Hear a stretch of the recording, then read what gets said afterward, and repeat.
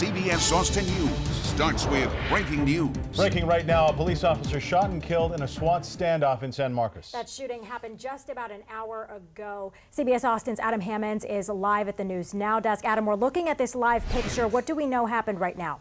Well, we know an officer was killed while serving a warrant in that San Marcos subdivision, and the shooter is in custody. This happened just in the past couple hours. Again, this is live aerial footage you're watching right now. It is still an active scene, as you can see. Police told us just 20 minutes ago, really, San Marcos officers were serving a warrant in that subdivision when the suspect shot the officer multiple times. The officer was taken to the hospital and was pronounced dead at 3:50. The police did arrest the shooter after a SWAT standoff when the suspect was also shot. That suspect is now in the hospital. This is still really very early, and we do have a crew on their way to the scene. Police say they will have a press conference at 6 p.m., so we'll know a lot more information about an hour or so from now. You can watch that press conference on air or online at cbsaustin.com. The News Now desk, Adam Hammonds, CBS Austin News. Adam, thank you. And right now we do have a phone interview with Oli Ponce. She's a neighbor in that Cottonwood Creek subdivision. Oli, can you tell us what happened today? Yes, hi. I was trying to go home after, work, and when I turned from Redwood into the subdivision, it was all barricaded off. There were police helicopters hovering about. There were several sheriffs already, had the barricade up. And I noticed when I was driving, a forensics truck was pulling up, and when I approached, they told us that it was an active scene. We couldn't enter, we couldn't get to our houses. It just so happened that, as far as I know, it happened on the street that I live in. So one of my neighbors posted a video, and indeed there was a SWAT truck at the time when I got there. Did you hear gunshots, or did it already happen before you It had already happened by the time I got there, but my neighbor said she did hear a gunshot. She posted a couple of videos on Facebook, and it's just really scary because that kind of thing never happens in our neighborhood. Do you know the suspect? No, we have no idea who it is. The police haven't told us anything. They just told us, right now I'm not even near the subdivision because they're sending people away. They're telling us just don't make plans to come back until a couple hours from now. And so right now, neighbors that live on that street, are they being told to stay in their homes? Have you heard from any of your other neighbors? I know that some of them were evacuated, but others were told to stay indoors. This is a fairly new subdivision there in San Marcos. Is it by a school, or can you tell me about the subdivision? Yeah, it's close to Bowie Elementary, and you can walk, to the school. There's two subdivisions. There's Camino Real, which is where I think it happened, and then Cottonwood Creek, which is the one where Bowie is, and it is fairly new. We still have houses that are being built. It's, a fairly quiet subdivision. This kind of thing never has happened before. Yeah, very surprising. Oli Ponce, thank you so much for calling and telling us what you saw out there. Again, that was a neighbor who lives in the Cottonwood Creek subdivision, where we have learned a San Marcos police officer was shot and killed today during a SWAT situation. We are working on getting another live report for you as soon as police hold a press conference about what happened. Yeah, we don't know details about the suspect or anything like that. We'll bring it to you live as soon as we get it. Another thing we're watching today, the weather. We did see record highs today, but a cold front is getting ready to hit central Texas, and it's going to bring some big changes. Chicago? And right now what we're watching is temperatures soared up to 85 earlier today. You can see those strong gusty winds out of the south. Winds have changed coming in, and right now if I had to ballpark what time this cold front's going to roll through, I'd say anytime between about 4 a.m. and 6 a.m. tomorrow morning, which means kids at the bus stop and you heading to work tomorrow morning, the front will already be through and temperatures will be falling. At the same time, we could also even see a couple of showers and isolated storms. Currently still 81 in Austin, 81 LaGrange, 79 degrees out in Mason. That front has just about pushed toward the DFW area, where it's 81 after a record high of 83 there. This cold front quickly moving through during the overnight hours. By tomorrow, we will start to see a stretch of the chilliest air of the season so far. So as we can see, right now, it's mainly just mostly cloudy across our area. Notice this little tiny stripe of some showers. That's the actual cold front. It's possible when the front reaches us that we may see a few more showers fill in as well. But at least for right now, we should see fairly quiet conditions for your evening. Note at around 11 o'clock, perhaps a stray shower, but most of the action in terms of rainfall will be just to our north as we head through the pre-dawn hours, finally making it in here. So tomorrow, if you're leaving early during the morning rush, you may run into some showers, even an isolated storm. We're going to track the progression of this front and how much colder it gets ahead in your CBS Austin 7-day. Developing tonight, the Supreme Court is letting a Texas ruling on gay spouses stand. Today, the justices ruled same-sex couples may not be entitled to government-subsidized workplace benefits. The move comes after a Texas Supreme Court decision back in June to send the issue back to trial. The decision not to rule on the request has many wondering now what this means for same-sex couples in Texas. CBS Austin's Courtney Shoneman is live tonight. Courtney, some conservative groups called this a win. Well, this inaction by the U.S. Supreme Court means that a state law that says it's illegal for taxpayer dollars to be used to subsidize benefits for same-sex couples will stand. Now, this does not affect private companies. Those employers are free to make their own decisions on employee benefits, but it's currently against the law for government entities in the state of Texas to do so. Two taxpayers sued the city of Houston for doing just that. LGBTQ rights groups like Equality Texas argue that the 2015 Supreme Court decision legalizing gay marriage means any benefits offered to opposite-sex couples must be offered to same-sex couples. But the attorney suing the city of Houston says the Supreme Court never made that clear, and today they passed up an opportunity to do so. When talking about marriage, it was not just about the performance of the ceremony, that the Obergefell decision acknowledged that they were considering, and in their words, the full constellation of benefits that flow from marriage. We don't have a ruling from the U.S. Supreme Court on the same-sex benefits issue. We have a ruling on the issue of marriage. And so this case is about not using taxpayer dollars to subsidize same-sex benefits. Now, that attorney from Texas Values that you just heard from, Jonathan Saenz, said they are still in the process of suing the city of Houston for providing benefits to same-sex couples. Now, I reached out to the city of Austin to get comment on its employee benefit policy, and less than 10 minutes ago, I received this statement from a city of Austin spokesperson that says, quote, the city of Austin provides a range of benefits for its employees, dependents, including domestic partners, irrespective of their marital status, and today's ruling will not change that. They said we will continue to safeguard the rights of our employees and to be treated with respect, dignity, equity, and fairness. We'll have more coming up on this decision from the U.S. Supreme Court coming up on CBS Austin at 6. For now, we're live downtown. Courtney Shoneman, CBS Austin News. Thanks, Courtney. A group asking authorities to investigate a Central Texas immigration detention center gets what it wants and then some. The group, Grassroots Leadership, asked the Williamson County Sheriff's Office to investigate reports of detainees being sexually abused. CBS Austin's Fred Cantu reports the investigation is now rising to a new level. The activists say the alleged sexual abuse they reported to the sheriff's office last month happened at the T. Don Hutto Residential Center in Taylor. If that name sounds familiar, it's because it's a privately run detention center that's been in the news before. Since 2009, this center has held women caught in the country without proper papers while the feds investigate their immigration status. And since the beginning, it's been peppered with complaints of women being abused and intimidated. When you actually try to make a report about these incidents, what happens is that you are transferred to another detention center or put in solitary confinement. Right now, the center is home to Laura Monterosa, who recently filed her own complaint. She told us that since June, she had been sexually abused by a guard, and she wasn't the only one. But ICE says it, with help from the sheriff's office, found the allegations to be unsubstantiated, and that's what prompted today's protest at the sheriff's office. We are here today because Williamson County, who has jurisdiction over the Hutto Detention Center, has chosen over and over to protect ICE over the women who are detained over there. We reached out to the Williamson County Sheriff's Office for comment today and got no response. But that may not matter. ICE confirms the FBI is now taking over the investigation. In Georgetown, Fred Cantu, CBS Austin News. The FBI under fire. The criticism the president is lodging against the agency tonight amid a growing controversy.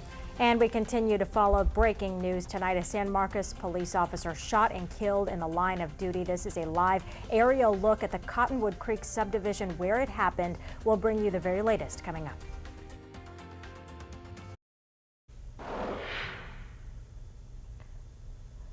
We have a live look right now. Again, aerial footage from the Cottonwood Creek subdivision in San Marcos, where we've learned a San Marcos police officer was shot and killed after a SWAT standoff. What we know so far is that officer was serving a warrant when this happened. We're told this happened about an hour ago. Right now, residents who live in this neighborhood are not being allowed to go back into their homes. And we spoke with a neighbor earlier who said that many of the neighbors have also been evacuated from their homes right now. Again, this is developing as we speak. We are waiting on a police press conference to start here shortly, where we should learn more information. The officer's identity has not been released at this time, but we'll bring you that information just as soon as we get it.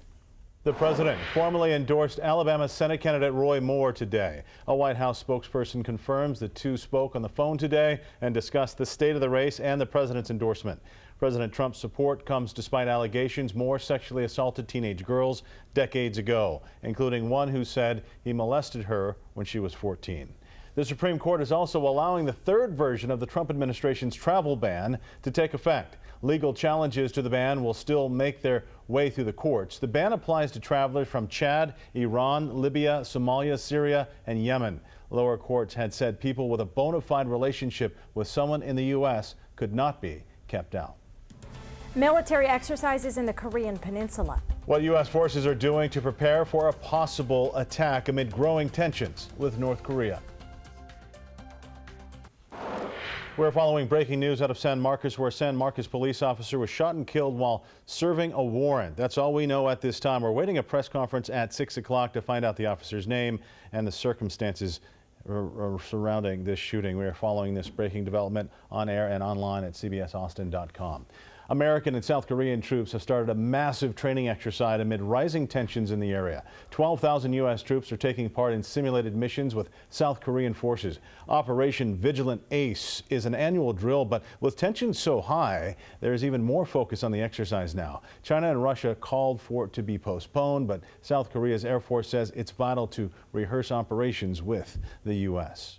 The president is also taking aim at the FBI tonight. He says what's happened to his former national security advisor Michael Flynn is unfair. In multiple tweets this weekend, he expressed his displeasure with the FBI, writing, "Its reputation is in tatters." He also raised new questions about his previous statements, writing, "I had to fire General Flynn because he lied to the vice president and the FBI." You tweet and comment regarding ongoing criminal investigations at your own peril. I'd be careful if I were you, Mr. President. Sources say the president's lawyer crafted the tweet, unintentionally implying the president knew Flynn lied to the FBI. The Department of Justice says it treats the president's tweet as an official statement. The president's tweets come as many wonder who may be next to face prosecution in the Russia investigation. Chief political correspondent Scott Thuman has the latest from Washington tonight. The political drama playing out in Washington, centering on a cast of four and their dealings once again the focus. The president Monday morning defending his former national security advisor Michael Flynn, who pleaded guilty to lying to the FBI about interactions with the Russians. Flynn lied, and it's like they ruined his life. The debate reignited with the president's weekend tweets attacking the Bureau after it was revealed special counsel Bob Mueller had to let an agent go from his team for sending texts this summer that reportedly were anti-Trump. If Mueller didn't care about the integrity of his investigation, he would not have removed that agent. And so it shows you not that there is a problem with the special counsel's office, but actually that there's a level of integrity. While some say it speaks to Mueller's fairness, others are hammering the FBI. Famed attorney Alan Dershowitz said if Flynn's only crime wasn't talking to the Russians, but lying about it, it demonstrates a witch hunt. He told us earlier this fall. They are told that there's a man with a target on his back, the President of the United States, and they'll find something. They found it on Bill Clinton. They'll find something on somebody close to Donald Trump. While Trump consistently insists he did not fire James Comey to halt the investigation. No. Next question. Dershowitz says it can't be obstruction anyway, since he's the president. Because the president believes that he is essentially invincible, he is going about behaving the way he's always believed. But Bob Mueller is going to hold Donald Trump more accountable than the American media did. In Washington, I'm Scott Thuman.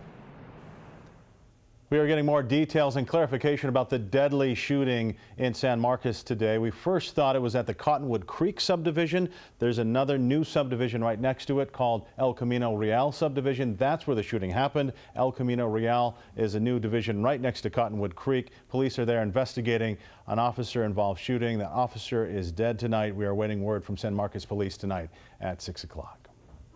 Now, weather with Chief Storm Tracker meteorologist Chikage Windler.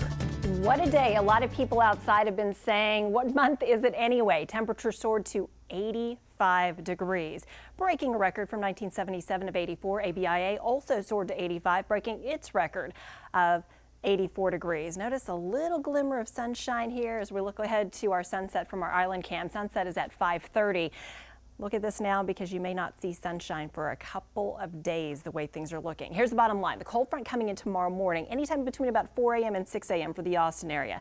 Not a lot of rain, up to 1/4 of an inch possible. Can't rule out a thunderstorm, but more than likely just a stripe of showers. Our actual high tomorrow will be whatever it is just past midnight tonight. I'm thinking close to 71. However, by the time you head outside, 8 a.m., 9 a.m., 10 a.m., our daytime high only 56 degrees. So we're talking a 30-degree drop from today to tomorrow, and you can thank this cold front for it. Temperatures ahead of the cold front in the 80s, behind the cold front right now in the 50s, but much colder air waiting in the wings to the north and west, and it's all going to be funneling right here into Texas. As for showers, well, we talked about those mainly off toward the east for today. There's a little stripe of some rain with the cold front right now pushing through Oklahoma. It's expected to fill in a little bit more through the overnight. So when we track it for you tomorrow, the best rain chances will be first thing in the morning, and then diminishing chances with clouds holding tough through the day. Notice 56 at 8, dropping to 53 by noon, back up to 56 by 4 o'clock. Our normal high is 65. It will be a shock to your system. Never mind, north winds 10 to 20 miles per hour, making it feel even colder. All right, let's track it hour by hour. Here we are, 7 o'clock this evening. Cloud cover, a little bit of sunlight before sunset. By midnight tonight, mostly cloudy. We're still warm, 71 in Austin. Here's that cold front, 5 a.m., pushing through those yellows corresponding to maybe a quick little clap of thunder, nothing severe. It pulls through strong winds down to 59 by 7, down to 53 by noon. Cloudy skies, maybe a stray shower by 4 o'clock at 56 degrees. Then, looks like a new batch of rain will be pushing in on Wednesday. I've upped the rain chance to 80%, and I've dropped the high temperature to 45. That would be the third coldest day so far this year. Down to 39 by Thursday morning. Down to 37, coldest of this season by Friday. After that, we see lots of sunshine and temperatures turning seasonable. A multi-billion-dollar merger. What CVS is hoping to create in its deal with one of America's largest health insurers. The following military greeting is sponsored by Advanced Pain Care. I'm Captain Jessica Jackson, here supporting Operation Inherent Resolve in Baghdad, Iraq. I'd like to wish my friends and family in Austin, Texas a very Merry Christmas. New tonight, a drugstore giant is joining forces with one of America's largest health insurers. CVS announced it has a deal to buy Aetna for $69 billion. CVS says the deal will turn their locations into a community-based medical center with space for both wellness and clinical services. The merger still needs to be approved by antitrust regulators. Tonight, the House will move forward on a sweeping tax reform bill. The Senate passed its version early Saturday. It contains key differences from the one approved by the House last month. The vote will move the bill to a conference committee where both chambers will hash out a final proposal. Facebook wants to add kids under 13 to its 2 billion users now. The social networking giant announced a new standalone app geared to kids called Messenger Kids. Preteens can use the app to chat with their friends and make calls. Parents must set up accounts for their children and approve who they can communicate with. And we're watching a big change to come through with the weather. Yep. Yes, temperatures tomorrow some 30 degrees colder than today. Plus, when you factor in showers in the morning and a cold wind, north 10 to 20, it's going to feel more like 40s. Wednesday, no relief. In fact, even colder still as we get locked in with cold air, wet rain, and 40s for highs. Low temperatures, finally the coldest on Friday morning. Coldest of the season. A little more like December. Yeah, about time, right? Thanks for joining us. We'll have more information on that shooting coming up at 6.